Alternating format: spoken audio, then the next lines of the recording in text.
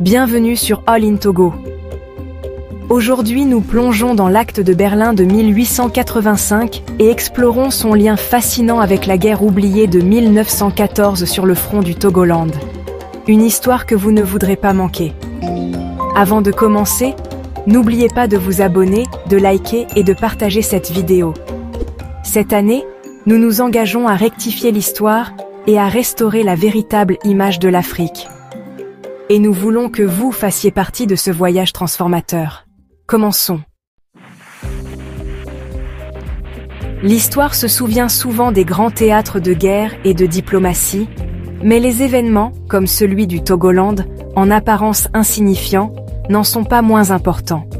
Pour mieux comprendre le contexte, revenons à ce qui a ouvert la voie à la colonisation de l'Afrique, la conférence de Berlin.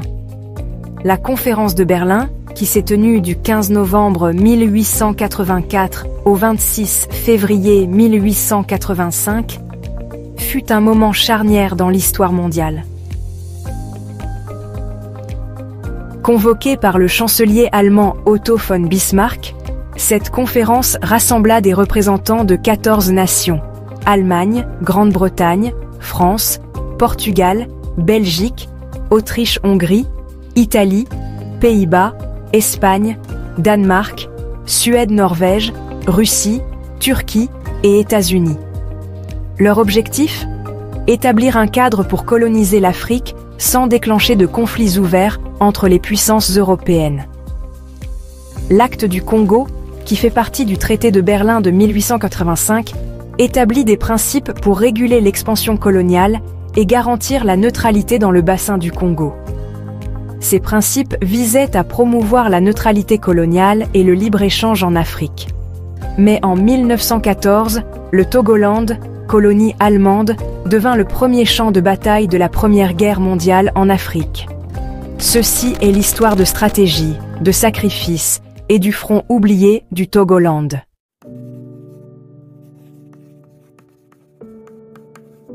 L'acte du Congo, partie intégrante du traité de Berlin de 1885, établissait des principes pour réglementer l'expansion coloniale et garantir la neutralité dans le bassin du Congo. L'article 10 déclare: afin d'offrir une nouvelle garantie de sécurité au commerce et à l'industrie, et d'encourager par le maintien de la paix, le développement de la civilisation dans les pays mentionnés à l'article 1 et placés sous le régime de liberté commerciale, les hautes parties signataires du présent acte s'engagent à respecter la neutralité des territoires, tant que les puissances exerçant ou appelant à exercer les droits de souveraineté ou de protectorat sur ces territoires rempliront les devoirs qu'exige la neutralité. En résumé, cet article garantissait le libre-échange dans toute l'Afrique, même en temps de guerre.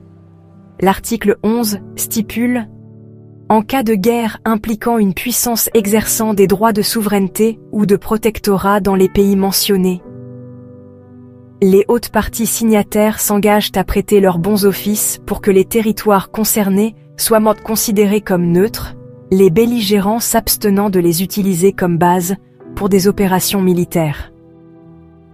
En résumé, cet article déclarait principalement le bassin du Congo comme une zone neutre, interdisant des opérations militaires dans la région. Mais ces idéaux s'effondrèrent face aux réalités coloniales. Voyons ce qui s'est réellement passé dans le bassin du Congo.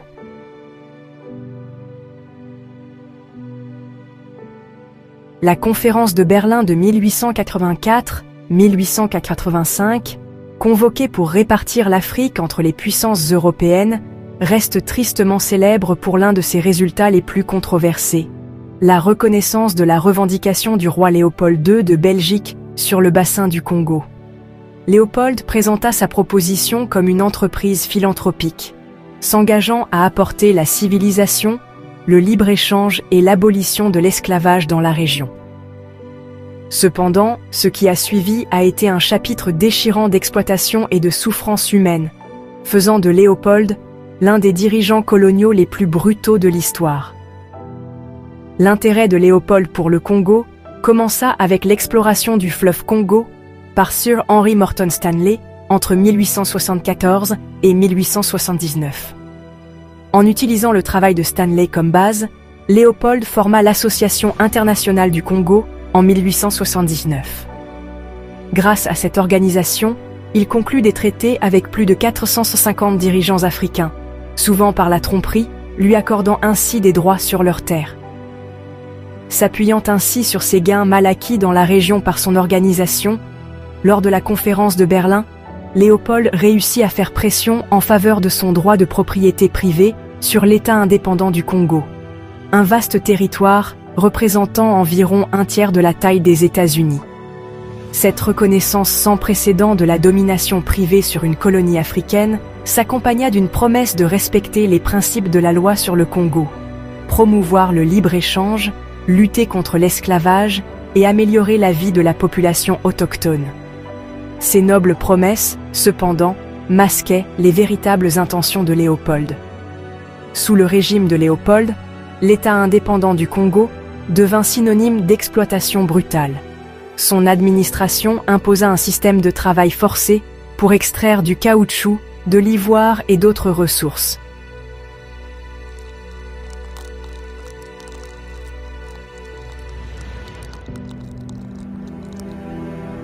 Je vais vous dire une chose. L'Europe, de tous les continents du monde, est le continent le plus brutal où il y a eu les guerres les plus sauvages.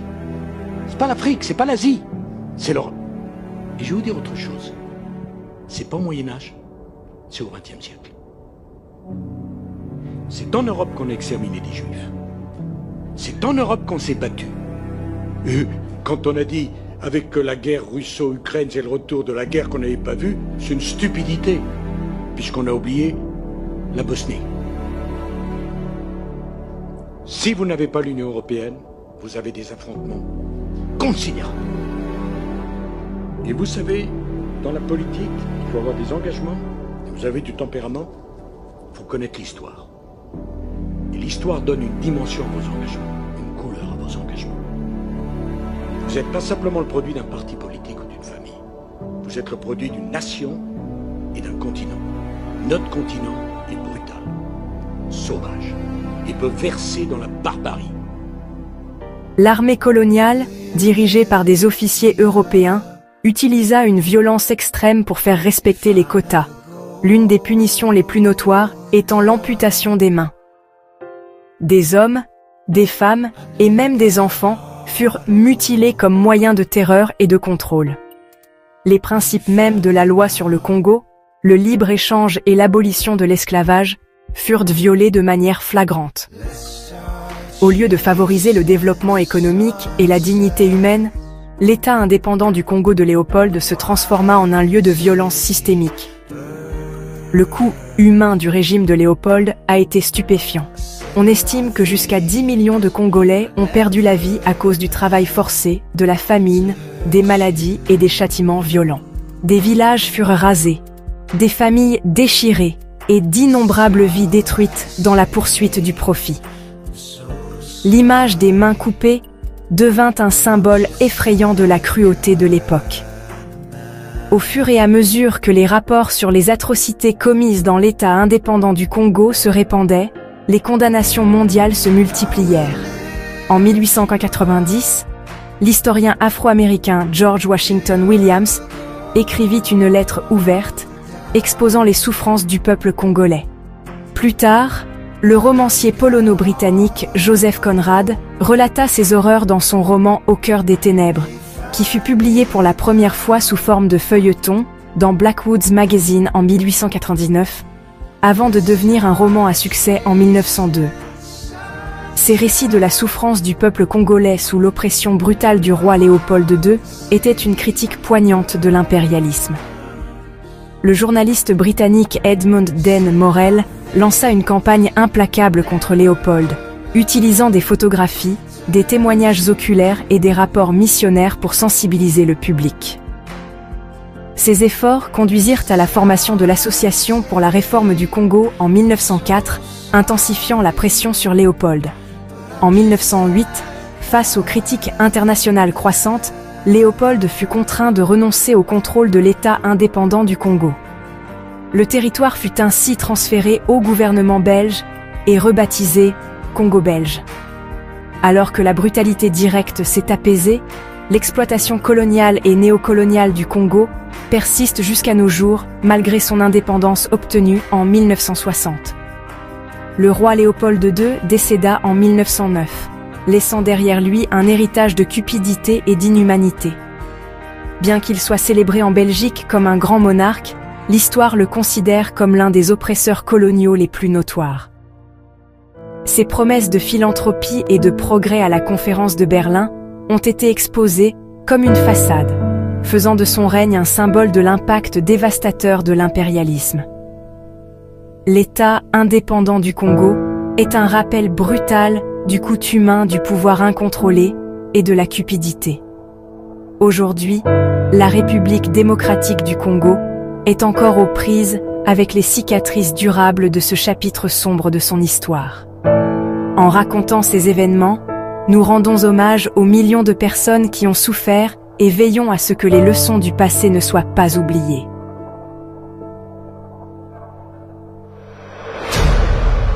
Passons maintenant au Togoland et montrons comment les impérialistes ne reculeront devant rien pour atteindre leur objectif en Afrique.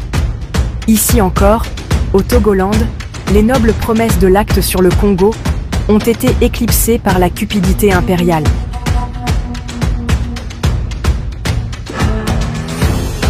L'importance du Togoland résidait dans sa station radio Kamina, un lien de communication clé entre Berlin, les colonies allemandes et les forces navales.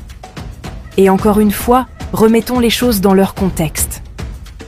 Après la conférence de Berlin jusqu'en août 1914, l'Allemagne détenait 4 territoires en Afrique. L'Afrique orientale allemande, le sud-ouest africain allemand et le Cameroun étaient vastes. Mais le 4e territoire, le Togoland, était une petite possession de forme oblongue sur le golfe de Guinée qui avait la masse terrestre approximative de l'Irlande. Sa largeur moyenne était de 194 km et sa longueur de 660 km. À l'ouest du Togoland se trouvait la Gold Coast britannique, à l'est le Dahomey français et au nord le Haut-Sénégal français et le Niger. La ceinture côtière contenait des lagunes et des marais. Et, à l'intérieur, une chaîne de montagnes s'étendait du nord-est au sud-ouest. La plupart des terres de chaque côté de la chaîne abritaient des plantations d'huile de palme, des cultures indigènes, une forêt vierge, et là où celle-ci avait été brûlée, des herbes hautes et des broussailles épaisses. En dehors des montagnes, le mois d'août était généralement un mois sans pluie. La température à l'ombre oscillait autour de 33 degrés Celsius, et le niveau élevé d'humidité sapait la force des hommes et des femmes qui travaillaient, en particulier s'ils étaient européens. Grâce à une gestion efficace, les Allemands avaient fait du Togoland une colonie prospère qui payait tous ses propres frais. 3 courtes lignes de chemin de fer avaient été posées à partir de la capitale et du port principal de Lomé, allant vers le nord-ouest, l'est et le nord. La ligne nord se terminait juste après Kamina, à environ 180 km de Lomé. À Kamina, la construction d'une station radio à 9 mâts de grande puissance venait d'être achevée en juillet 1914. Selon les mots du gouverneur de la Gold Coast, Sir Hugh Clifford, cette station était destinée à être le pivot du système sans fil allemand à l'échelle mondiale, conçu pour communiquer avec Berlin d'une part, avec Windhoek dans le sud-ouest de l'Afrique allemande et avec Dar es Salaam sur la côte est d'autre part. La station pouvait également communiquer facilement avec le Cameroun et avec les navires allemands dans l'océan Atlantique. Au Togoland, il n'y avait pas d'unité Schutztruppe de l'armée allemande, mais on pensait qu'il y avait 800 policiers armés et 200 civils allemands ou plus qui avaient reçu une formation militaire.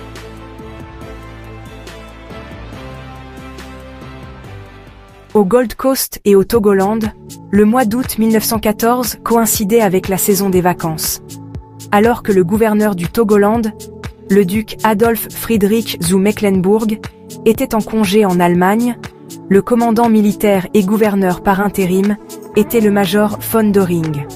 Sur la Gold Coast, le gouverneur et le commandant du Gold Coast Regiment étaient également en permission au Royaume-Uni, laissant le gouverneur par intérim, W.C.F. Robertson, et le capitaine F.C. Bryant, de la Royal Artillery, aux commandes.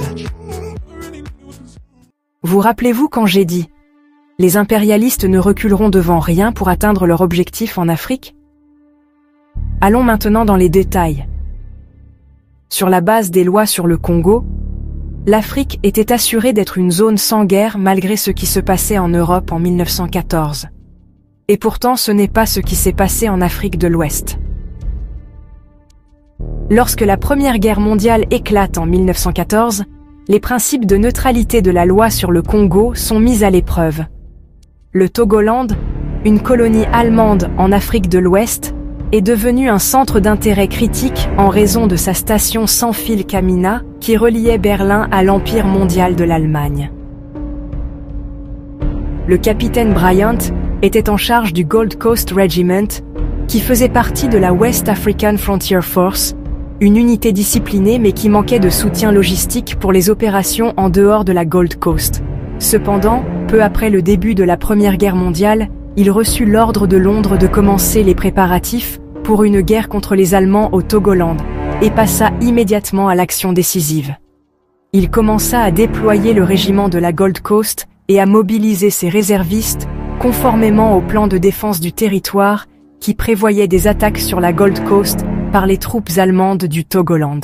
Pendant ce temps, à Londres, l'inspecteur général de la force frontalière de l'Afrique de l'Ouest, le brigadier général C.M. Dobell, en tant que membre du sous-comité offensif du comité de défense impériale, réussit à faire accepter une proposition par le sous-comité stipulant que le GCR devrait immédiatement envahir le Togoland, capturer Lomé et avancer vers le nord pour capturer Kamina. Sur le terrain, Bryant était d'un avis similaire et faisait les plans nécessaires. À ce stade, les Britanniques partèrent du principe que les troupes françaises ne seraient pas impliquées dans des opérations au Togoland. Le 5 août, les Anglais et les Français reçurent un télégramme du major von Doring, le gouverneur allemand par intérim du Togoland, demandant que les territoires coloniaux restent neutres et ne se mêlent pas dans la guerre européenne. Il invoqua la loi sur le Congo, à savoir les articles 10 et 11. Le Togoland ne devrait pas être touché par la guerre. Mais il ne s'agissait pas là d'un geste désintéressé. La station de Kamina était un pilier de la stratégie militaire allemande, et son fonctionnement continu représentait une menace importante pour les forces alliées. Sa proposition fut considérée par les Britanniques et les Français comme un stratagème pour protéger la station de Kamina. L'importance stratégique du Togoland l'emportait sur les interprétations juridiques de la neutralité. Et donc, ils rejetèrent rapidement sa proposition.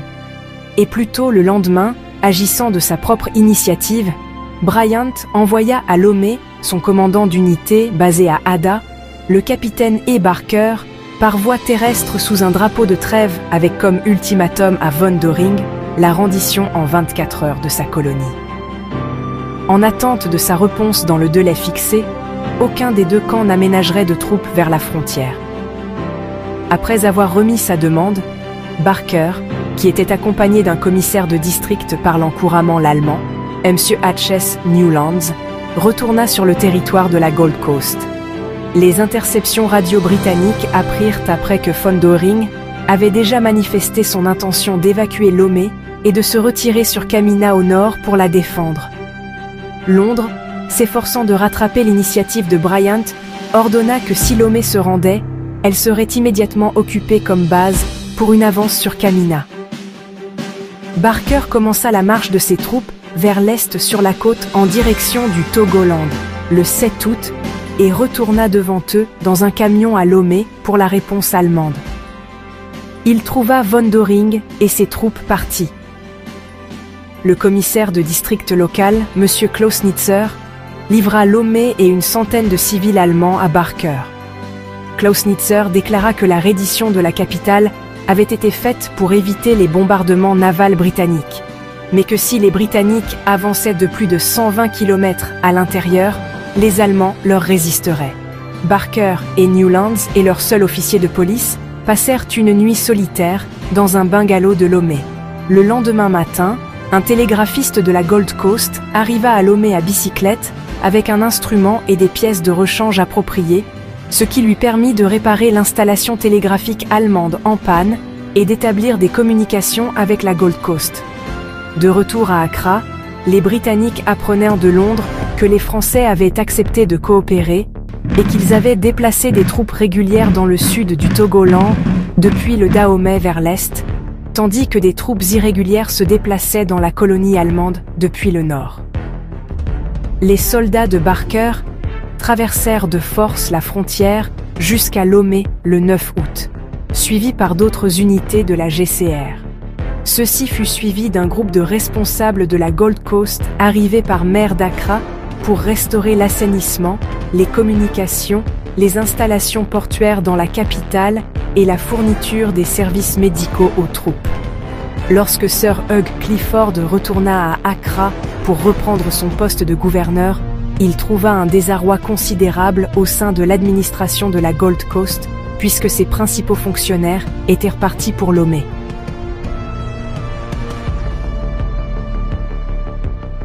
Bryant fut nommé lieutenant-colonel local et commandant allié.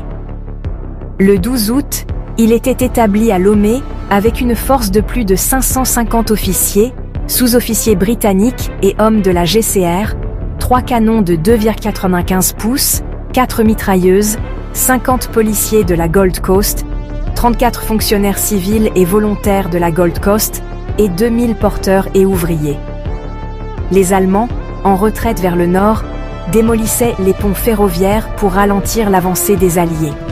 Le 15 août, les forces allemandes lancèrent des contre-attaques à l'aide de 2 trains armés. Les troupes britanniques bloquèrent la ligne, capturant un train après de violents combats et en firent dérailler un autre. Le capitaine H.B. Potter mena un assaut réussi à Agbeluvo, tandis que le lieutenant H.S. Collins fit dérailler un train à Ekuni. 6 Allemands furent tués, dont leur commandant, le capitaine Paffeler, tandis que les pertes britanniques s'élevaient à 7 tués et 38 blessés. De nombreux transporteurs britanniques subirent des blessures dévastatrices causées par des munitions de chasse à nez souple, reconnues plus tard par von Doering.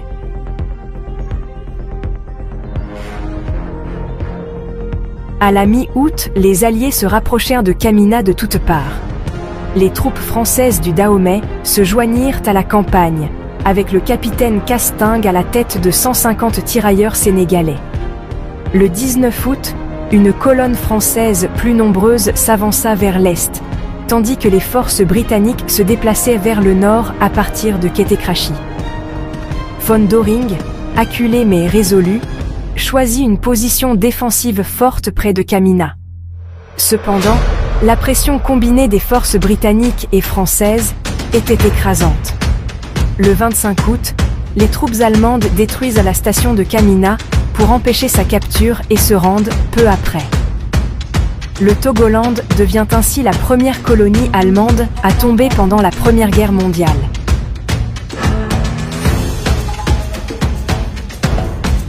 La victoire anglo-française au Togoland a marqué le premier succès.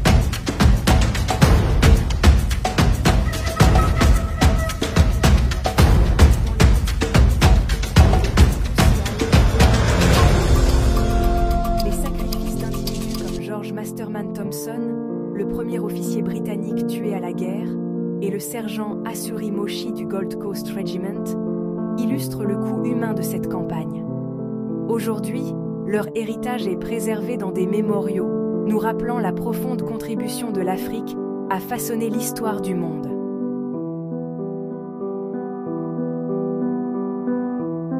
Bien que l'invocation de la loi sur le Congo par le major von Doering ait échoué, elle a mis en évidence l'ambiguïté de ses principes face à un conflit mondial. La partition du Togoland, entre la Grande-Bretagne et la France après la guerre, a marqué le début de son voyage vers l'indépendance. Les sacrifices des soldats et des transporteurs africains dans la campagne restent un puissant rappel du rôle du continent dans le façonnement de l'histoire mondiale.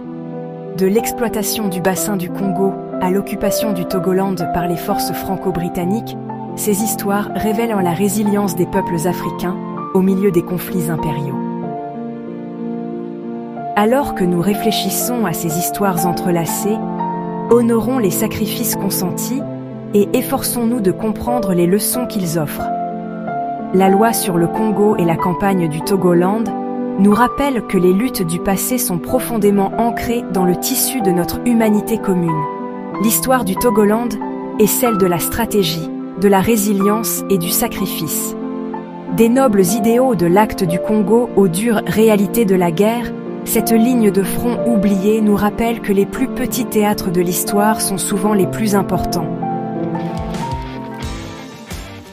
Avant de partir, si vous avez aimé cette plongée dans l'histoire avec All in Togo, n'oubliez pas de vous abonner et d'activer la cloche de notification pour ne rien manquer de nos prochaines vidéos. Likez si vous avez trouvé cela instructif et partagez avec vos amis et votre famille. Ensemble, nous pouvons redécouvrir le passé et en tirer des leçons pour l'avenir. Laissez un commentaire pour partager vos pensées, poser des questions ou même suggérer un sujet pour notre prochaine vidéo. Votre engagement est ce qui montre à l'algorithme que ce contenu mérite d'être vu et partagé. Merci d'être avec nous dans cette aventure. Votre soutien signifie beaucoup pour nous.